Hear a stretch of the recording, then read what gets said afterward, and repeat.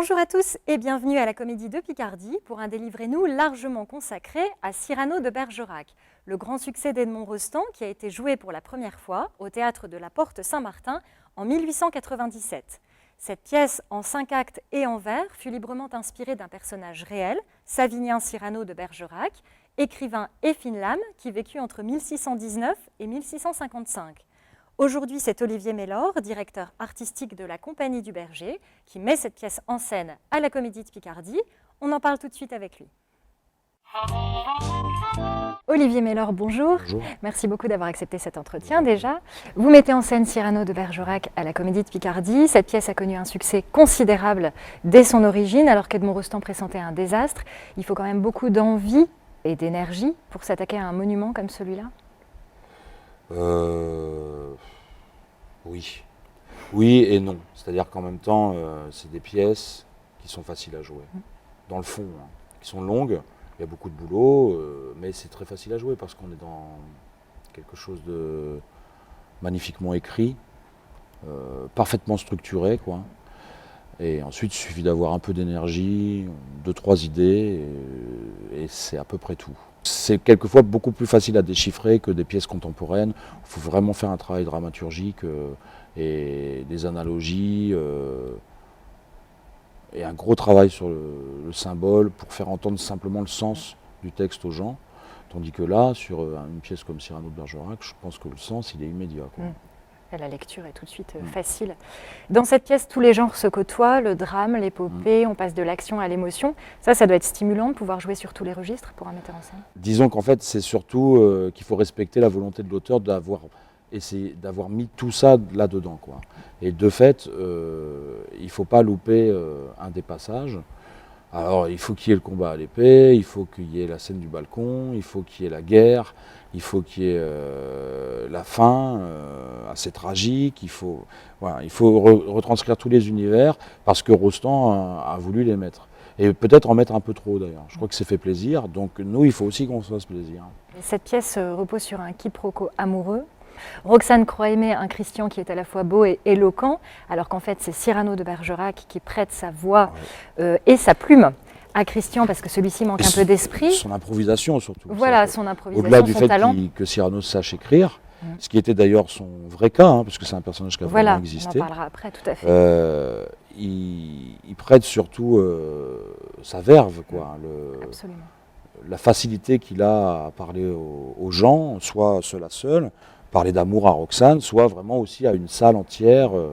Il arrive à retourner à peu près toutes les situations. C'est quelqu'un vraiment qui a la tchatche, quoi. Voilà, et qui le fait parce qu'il aime Roxane en secret. Oui. C'est une façon de la séduire par procuration, en fait. Ah, c'est même, je crois, une sorte de déviance, hein, limite une folie, quoi, qui est d'ailleurs assez adolescente, quoi. C'est un personnage un peu qui vit sa jeunesse à plein. Voilà. Est-ce que c'est un héros romantique pour vous ? Moi, je trouve que c'est plus quelqu'un d'excessif, quoi. Voilà. Héros romantique. Non, franchement, je trouve que mentir à la femme qu'on aime, je pense pas que ça soit très romantique. Et lui, il ne fait que ça, quoi. Donc, bon, voilà. Après, on peut trouver ça romantique parce que c'est écrit sur du papier, mais dans la vraie vie, j'ai envie de dire, les gens trouveraient ça un peu dégueulasse. C'est quand même quelque chose d'assez malsain, finalement. Ouais. C'est Jean-Jacques Rouvière qui incarne Cyrano. Sur les 2600 vers de la pièce, il y en a plus de la moitié pour lui, c'est quand même une grosse performance. C'est un parcours énorme. Mais Jean-Jacques, c'est un acteur aguerri, talentueux, inventif, très physique. Blessé en ce moment ? Blessé en ce moment. Il joue Cyrano avec une attelle, il a un problème au genou sérieux. Mais je trouve qu'il a su aussi retourner ça à son avantage, parce que aussi en face, il y a une équipe forte. Qu'il a beaucoup soutenu, parce que ça s'est passé la semaine dernière, hein.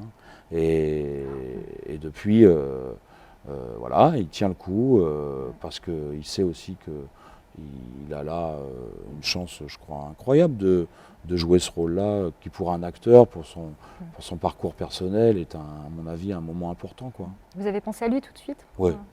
Ouais, ouais. Il y a très peu de gens qui peuvent jouer Cyrano de Bergerac, je pense, très peu d'acteurs. Jouer Cyrano de Bergerac, il faut avoir à la fois la puissance et l'humour. Et l'émotion. Et l'émotion. Et Jean-Jacques, lui, il est vraiment là-dessus, quoi. Voilà. Et pour jouer Cyrano de Bergerac, normalement, il faut 75 acteurs. Hein. Ouais. Donc là, on est une trentaine. Et il y en a beaucoup qui ont 2, 3, 4, 5, 6 rôles parfois.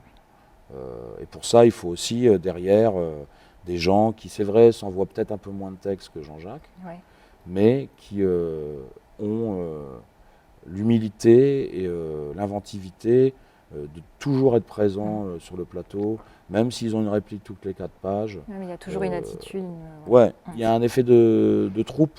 C'est des gens qui tiennent le plateau avec une rigueur et une vérité qui est touchante, quoi. Ouais. Voilà. Alors ce que vous disiez, c'est une grosse machine, hein, ce Cyrano, c'est 45 personnes qui travaillent dessus. Donc ça paraît compliqué comme ça vu de l'extérieur, mais vous dites aussi que ça évite les problèmes d'ego. Ah oui, carrément. Non, mais franchement, moi je pense que c'est beaucoup plus simple de bosser avec 40 personnes qu'avec 3. Hein. Je trouve d'ailleurs que je ne comprends pas quand on a les moyens de le faire, qu'on puisse préférer continuer de bosser avec 3 personnes. C'est plus enrichissant de... c'est se priver déjà de monter ce genre de texte. Enfin, je trouve qu'en Picardie, on n'est pas très habitué à travailler sur des classiques ou du théâtre de répertoire. Il y a sûrement un petit côté ringard là-dedans, mais en même temps, c'est aussi du théâtre... déjà, nous, c'est notre formation. On était à l'ENSAT... c'est vrai qu'on était toujours au moins 12 sur le plateau, donc c'est normal qu'on essaye de reproduire un peu ça, parce que c'est ce qu'on aime. Moi, je trouve que Edmond Rostand écrit quand même pas trop avec ses pieds, quoi, aussi. Voilà, on peut le dire, surtout qu'il a 29 ans quand il écrit ce texte-là. C'est vraiment complètement impressionnant. C'est une pièce à voir, mais il faut le dire, c'est une pièce à lire aussi, quand même. Oui, complètement. Enfin, et c'est une pièce qu'on peut voir aussi au cinéma. Le film de Rapneau est absolument fabuleux. Très bien, très historique, hein, très contextuel. C'est un très beau film. Mais Depardieu est monstrueux là-dedans. Voilà. Oui, il est dedans. Cyrano supporte tous les supports, quoi. C'est même Rostand qui a inventé le merchandising. C'est vrai ? Oui, c'est vrai. C'est au lendemain du succès de la pièce, en création, au 1897. Voilà, il a inventé des assiettes Cyrano, des tasses, il faisait graver des trucs et il les vendait. Ouais, il a vraiment inventé le merchandising. Vous usez souvent du décalage dans votre mise en scène. Le carrosse de Roxane n'est pas tout à fait un carrosse, on va garder la surprise, mais les cadets ont des airs d'équipe de foot. Ce qui monte sur la scène pour le carrosse, puisqu'il faut garder la surprise, c'est quand même plus facile à faire monter qu'un carrosse avec 4 chevaux. C'est vrai, c'est pas faux. Mais c'est pas seulement ça, c'est une façon aussi d'amener les classiques vers le spectateur de 2011, quel que soit son âge d'ailleurs, en disant voilà, ça peut vivre aussi de cette façon-là, un texte classique. Faut être clair, nous, on joue de Cyrano vraiment, j'ai envie de dire, de 7 à 77 ans. Oui, voilà. Et quand il y a des collèges qui viennent voir le spectacle, moi, je ne fais pas un spectacle pour que ça plaise aux profs. Hein. Sinon, déjà, en plus, ça tchatche et c'est pas possible. Donc, on fait attention, au-delà des idées et de ce qu'on a envie de faire passer, et du respect de l'œuvre d'origine. À maintenir l'attention du spectateur. Garder le rythme. Ça va du pur gag à des choses qui, pour moi, font parfois même beaucoup plus sens que ce qui est prévu. Si les cadets, par exemple les cadets de Gascogne, si on les mettait en costume de cadets, ça ne parlerait absolument pas aux gens. Enfin, c'est des uniformes qu'on ne connaît pas. Tandis que là, on a un numéro 10. Là, en fait, ils sont en survêt. Comme des cadets de la police actuellement. Hein. Absolument. Je veux dire, c'est pas non plus... Ce que je veux dire, c'est que c'est un décalage... c'est un décalage qui a du sens. C'est un décalage parce qu'ils ont des numéros dans le dos. Voilà, c'est tout. Le théâtre n'est pas seulement sur scène avec cette pièce, il peut être un peu partout. On a l'impression quand même que vous voulez un peu abolir la frontière entre la scène et la salle. Ah oui, moi j'aime bien ça. Ici, on fait beaucoup d'entrées de salle, voilà, ou sur les côtés, ou de sorties dans le fond.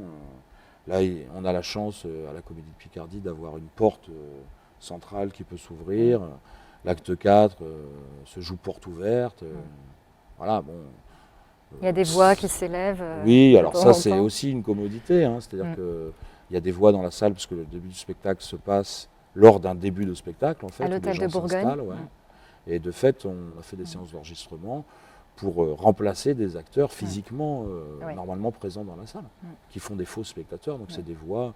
Ouais, il y a tout un travail qui est à la fois une espèce de volonté artistique, mais aussi des fois, c'est juste pour résoudre un problème qu'on a parce qu'on n'est pas assez, quoi. Oui, vous êtes nombreux, mais pas assez. Mais on n'est pas assez. On peut souligner aussi le rôle majeur de la musique et du chant dans vos mises en scène. C'est un vrai ressort pour vous? Alors, c'est vraiment quelque chose qui est lié à l'idée de trilogie qu'on a commencé avec Le Dindon de Feydeau et puis après avec Knock de Jules Romain l'an dernier. 3 pièces qui ont été coproduites par la Comédie de Picardie. Et la musique, moi c'est bien simple. Soit il y a des musiciens live, soit il n'y en a pas. Soit il n'y a pas de zik. Il faut être clair. Moi, je pense que le spectacle vivant doit se passer de ces deux. C'est sûr. C'est-à-dire que c'est pas tellement logique de faire du spectacle vivant et de balancer un mini-disque. En plus, nous, il se trouve qu'on vient tous plus ou moins de la musique. Bon, alors, évidemment, on prend les meilleurs pour jouer, hein, mais on est tous plus ou moins capables de balancer la chansonnette ou de faire un petit truc. Donc, quand on a la chance de bosser avec des gens comme ça, qui ont à la fois un vrai talent et un vrai humour qui permettent de se mettre au service, parce que quand Karine chante, par exemple, le lead de Gustave Mahler, que la salle est encore blindée de fumée, que les musiciens se jouent sans partoche, que derrière, on est en train de sortir des échafaudages de 4 mètres, faut quand même... faut aimer le chant lyrique, mais faut aimer la prise de risque aussi. Ouais, puis il faut être humble face à ça. Moi, je connais beaucoup de chanteurs lyriques qui seraient dans ces conditions un peu chafouins. Le personnage de Cyrano est inspiré du véritable Savinien Cyrano de Bergerac, on en parlait tout à l'heure, écrivain et militaire, pas gascon par contre. Non. Et ce personnage réel a finalement presque disparu derrière sa doublure. C'est impressionnant ça. Complètement, moi je crois. Alors c'est marrant parce que pas tout à fait, parce qu'il a été joué notamment ici à la Comédie de Picardie. Il y a très longtemps, les Empires de la Lune ont été joués ici. Voilà. Et c'est vrai que Rostand... On a fait un mythe finalement. Oui, complètement. C'est-à-dire qu'il a vraiment amélioré sa véritable vie. C'est la force d'un texte. Oui, parce qu'il y a des choses qui sont vraies. Le duel, c'est véritable. De Guiche a existé. Il y a beaucoup de personnages de l'environnement. Ragueneau, la pâtisserie de Ragueneau existe toujours d'ailleurs à Paris. Alors évidemment aussi les acteurs Montfleury, Belle Rose, Jodelet ont existé aussi. Alors c'est ce mélange de réalité, de fiction qui est vraiment à l'époque révolutionnaire d'un point de vue de l'écriture. Il ne faut pas oublier aussi que Cyrano, le vrai, est aussi un peu, pas l'inventeur, parce qu'on dit souvent que c'est Léonard de Vinci, mais l'inventeur aussi de la science-fiction. Il avait une vraie vision comme ça. À l'époque, quand Cyrano de Bergerac sort, j'ai envie de dire sur les écrans, mais dans les théâtres, c'est une révolution. Il n'y a plus unité de temps, de lieu, etc. C'est fini. On est à la croisée de plusieurs chemins. Ce que je veux dire, c'est qu'à l'époque, cette pièce-là était considérée comme une avancée d'écriture contemporaine énorme. Absolument. Aujourd'hui, les gens ont un peu peur que ça soit ringard.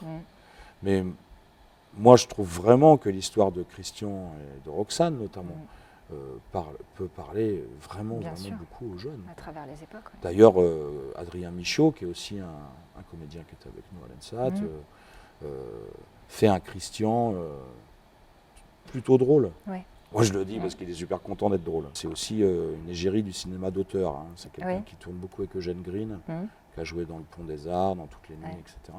Et c'est vraiment son acteur fétiche. Et ça fait 15 ans qu'il me dit « mais moi, j'aimerais faire rigoler les gens ». Ça rigole. Là, je suis vachement content pour lui. Chez Cyrano, il y a une vraie exigence morale, courage, à la fois au sens de cœur, au sens de bravoure. J'errais dans un méandre, j'avais trop de parties trop compliquées à prendre, dit-il. J'ai pris le plus simple de beaucoup. J'ai décidé d'être admirable en tout pour tout. Mais vous trouvez qu'il n'est pas si bien que ça, Cyrano? Ce qu'il dit, c'est une profession de foi. Après, c'est juste ce qu'il dit. Il a une espèce de philosophie, mais qui l'exclut quand même. Oui, il est à la marge. Voilà, qui l'exclut d'un vivre ensemble, quoi. Voilà. C'est quelqu'un qui vit sous les toits, sans le sou, qui vit seul, qui a beaucoup d'amis et beaucoup d'ennemis. Voilà. Alors évidemment, on peut après claironner que on est droit dans ses bottes en gros, mais Oui. à quel prix quoi. Dans la magnifique tirade des non-merci, Cyrano explique à son ami Lebret qu'il ne sera jamais un poète courtisan et qu'il préfère ne pas monter bien haut peut-être, mais tout seul. Cette pièce, c'est aussi une réflexion sur la liberté, notamment en matière de création. Oui, alors c'est pareil, cette tirade c'est aussi une profession de foi, c'est un moment de bravoure, etc. Rhétorique assez d'ailleurs. Ouais. Oui, plutôt rhétorique que vraiment sensé. Sincère, peut-être c'est un exercice de style. Oui, encore. parce que quand c'est aussi, par exemple cette scène-là, il finit quand même par dire à son meilleur ami que lui est un type qui fait des courbettes et des trucs en cul de poule, etc. Il y a toujours besoin de quelqu'un en face qui va martyriser ou battre à l'épée ou dont il va se moquer pour exister. Voilà. Évidemment, tout ça cache un cœur d'or, en fait. Oui, bien sûr. C'est ça qu'on remarque dans la pièce, surtout. Mais les méthodes de Cyrano, parfois, elles sont... Cyrano, c'est un personnage de théâtre tout à la fois très fort et très fragile. Et son entourage est très important. Enfin, nous, d'ailleurs, on a vraiment voulu bosser là-dessus. C'est pour ça qu'on est nombreux, qu'on veut que les seconds rôles existent bien. Parce que je pense qu'avant tout, Cyrano de Bergerac, c'est une pièce sur le théâtre. C'est pas vraiment une pièce sur Cyrano, c'est une pièce sur le théâtre en général. Quoi. Les exigences, les codes, ce qu'il faut inventer. Vous êtes artiste associé à la Comédie de Picardie, vous le disiez, pour 2 saisons, celle-ci, la suivante. Vous décrivez... Il nous en remet une petite louche. C'est vrai ? Ah bah voilà une bonne nouvelle. Vous décrivez donc un partenariat motivant et joyeux. Ce sont des bonnes conditions pour la création ? Non, mais ce n'est pas des bonnes conditions. C'est dans le contexte actuel. La culture en danger, comme on dit, mais il n'y a pas que la culture. Je pense que l'associatif en général morfle là. Pouvoir être ici, disposer du lieu jour et nuit, avec à peu près au moins 5 ou 6 techniciens par jour, parfaitement à disposition, pendant un mois, être coproduit à plus de 80 000 € sur un spectacle, c'est des conditions qui n'existent pas ailleurs qu'ici en Picardie, il faut être clair. Et on peut souligner que Nicolas Auvray, le directeur de la Comédie de Picardie, joue dans cette pièce. Oui, il joue Montfleury. Et ça, c'est aussi un gage de confiance et d'engagement très clair. Et surtout un gage d'humour, parce que c'est un rôle qui se fait martyriser. Bien sûr. Mais je trouve que Nicolas, là-dessus, parce que non seulement il est très bien, mais en plus, il a vraiment compris qui on était, ce qu'on voulait faire ici. Et lui, je crois qu'en retour, il est très content de voir son lieu ouvert jour et nuit. Et oui, c'est formidable. Quoi. Ils devraient tous être comme lui. Tout simplement. Le message est passé. Vous disiez récemment à des scolaires que pour être metteur en scène, il fallait savoir faire une distribution et un planning. Bon, c'est un raccourci amusant. Mais quelle définition vous pourriez donner de votre métier qui véhicule plein d'idées reçues ? Franchement, vraiment ça, je crois. C'est ça ? Non, mais... Enfin, comment dire moi, disons que j'ai toujours 3 jours d'avance. On va dire ça comme ça. C'est-à-dire qu'avec Benoît, qui est le co-directeur de la compagnie avec moi et qui fait la lumière et la régie générale, Benoît André. On essaye toujours d'avoir 3-4 jours d'avance. Mais c'est tout. Franchement, c'est tout. Après, les comédiens, là-dessus, se débrouillent en quelque sorte. Moi, je peux intervenir pour leur dire plutôt comme ça, ou plutôt comme un peu ci. Chef d'orchestre. C'est chef de chantier même, il y a un truc. On a des départements, il y a un département costume, scéno, on a une administratrice aussi, parce qu'il y a de la paperasse dans tout ça. Bien sûr. Et en fait, on bosse assez collectivement. Et en gros, moi, j'ai le dernier mot, quoi. On va dire ça comme ça, mais on échange beaucoup. Et pour moi, l'acteur est aussi son propre metteur en scène. Voilà, j'aime pas enfermer les acteurs dans des esthétiques ou dans trop de contraintes. Et donc après, il suffit effectivement de faire juste une bonne distribution et un planning. Franchement. Très bien. Et vous êtes comédien également, qu'est-ce que ça représente? Mais moi, je suis que comédien à la base. Moi, ça a commencé tôt d'ailleurs. Ouais. À l'école. Non, mais moi, je crois que j'aime bien avoir des équipes à diriger, en quelque sorte. Voilà. Et ça m'épanouit. C'est aussi des amis, c'est aussi des gens avec qui on se connaît depuis longtemps, on commence à avoir un parcours commun, un parcours de compagnie qui commence à avoir du sens. On commence à trouver une certaine identité artistique. Moi, je pense qu'on ne peut pas sortir l'affectif de ce métier, de toute façon. Ah bah non, a priori, voilà. Il ne faut pas. C'est pas l'usine et on a la chance, justement. Il faut respecter ça. Justement, pour finir, une phrase d'Edmond Rostand, soyez vous-même des petits Cyrano, ayez du panache, ayez de l'âme. C'est ce que vous voulez faire avec votre compagnie et transmettre aux spectateurs, avoir de l'âme comme ça? Moi, je me méfie toujours des déclarations d'auteur. Je me méfie toujours quand il faut rebondir sur une citation, par exemple. C'est pas simple, hein. Non, je pense en fait il faut juste... nous, on essaye d'être honnêtes les uns vis-à-vis des autres. Ouais. Voilà, surtout. C'est-à-dire qu'on essaye d'être sincère. On sait qu'on joue devant des gens qui payent,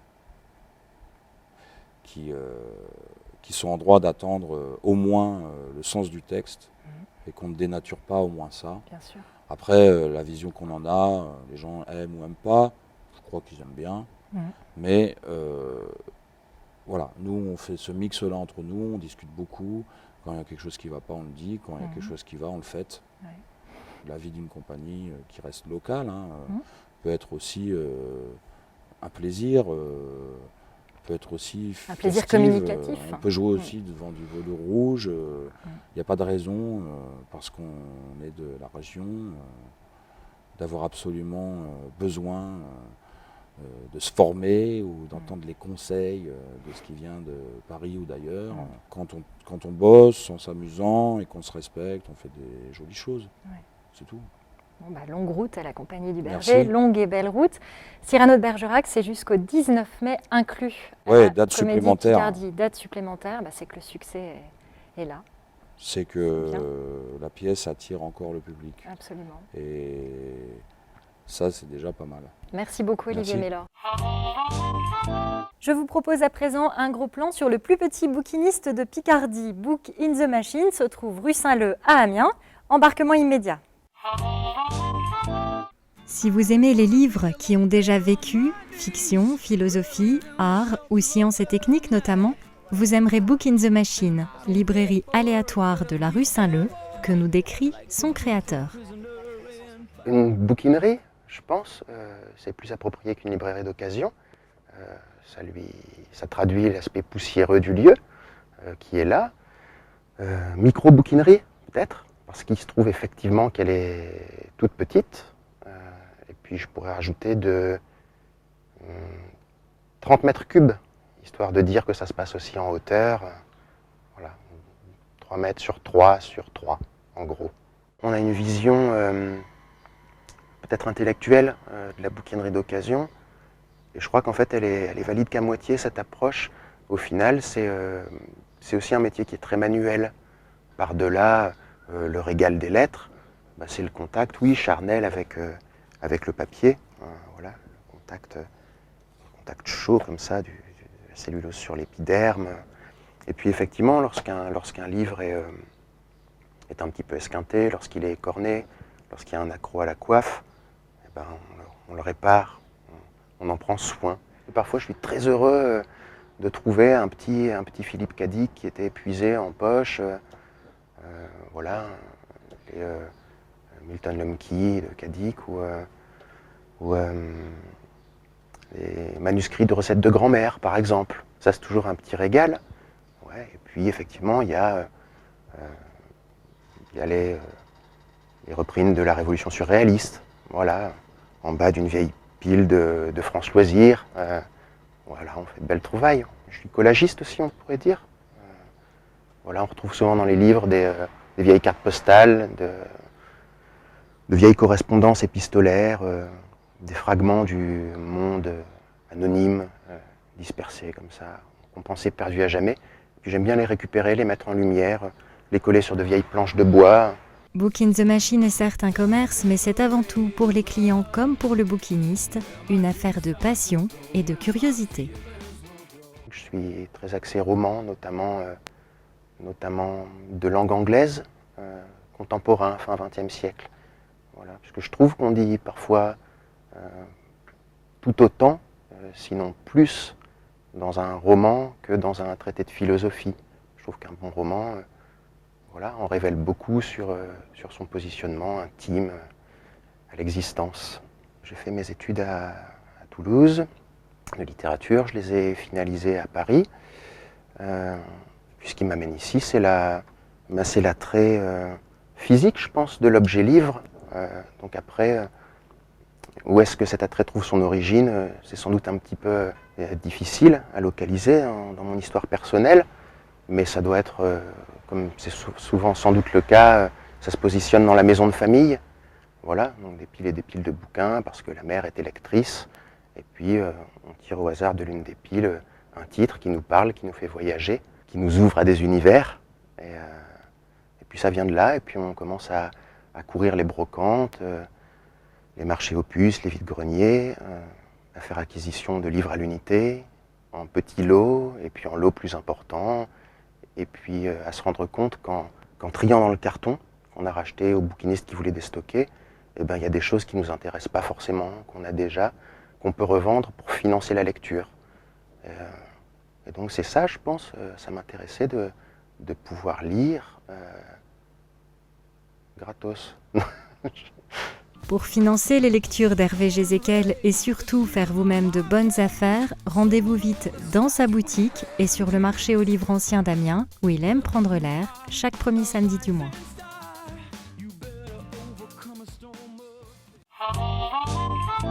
Cette émission est maintenant terminée. Merci beaucoup de nous avoir suivis. Merci à la Comédie de Picardie pour son accueil. Dans le prochain Délivrez-nous, il sera question de festival avec les rendez-vous de la bande dessinée d'Amiens qui auront lieu les 4 et 5 juin, un week-end à ne pas manquer, et un reportage exceptionnel sur le marché de la poésie qui a lieu à Paris du 27 au 30 mai. La poésie de Picardie sera représentée là-bas. Si vous ne pouvez pas y aller, ce sera à découvrir sur TV Amiens.